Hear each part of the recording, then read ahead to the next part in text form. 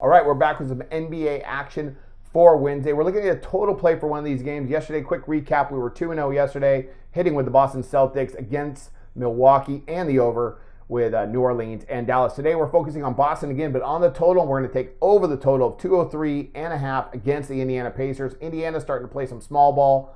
Most of their top scorers are all guard-like players. I look for them to get out and run with a Boston team that's definitely going to want to run and coming off a back-to-back, so I expect they're going to lack a little bit on the defensive end. I look for both these teams to get out, run a lot of up-tempo, real good pace tonight. I think we're going to see a lot of shots.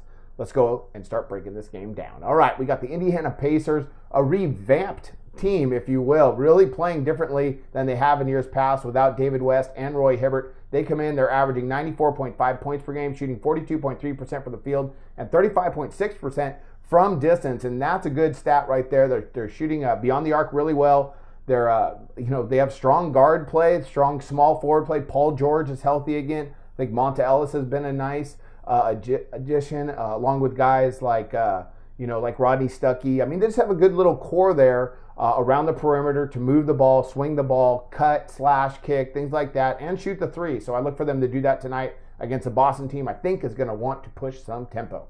Defensively, Indiana's still pretty decent, even with the smaller lineups. They come in, they're allowing 95.9 points per game, 43.7% shooting from the field, and 33.7% shooting from beyond the arc. And they're still actually limiting some pretty good interior play. They're about middle tiered as far as paint points, and they don't really have a strong inside presence. So they're doing a nice job. Frank Vogel, defensive-minded coach first, but I think still they're going to go ahead and they're going to want to run some tempo here because Boston's going to push it. I think Indiana's going to go right with them.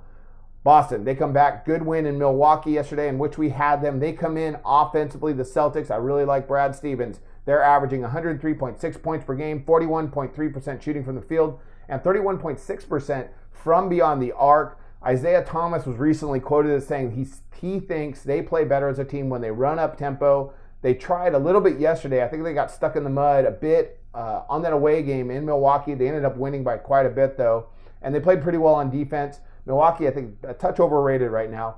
But then they come back home where they really like to go at it. They're third in the league in field goal attempts per game, so look for them to put up a lot of shots, and I think Indiana is going to have to go ahead and keep that up-tempo with Boston. Should be a really fun, exciting game. Defensively, Boston, still pretty decent. They're allowing 102 points per game, 41.4% shooting from the field, and 33.9% shooting from beyond the arc. And the reason why I say still pretty decent, because they're trying to run up tempo. Even though they're third in the league in shots attempted per game, they still play pretty good defense.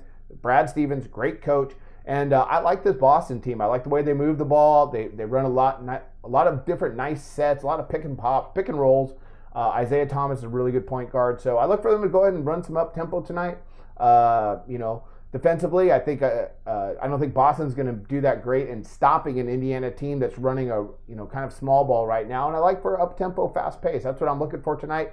I think we're going to get over that 203.5. That's one of my plays today in the NBA. And I wish you guys luck on your plays of the day.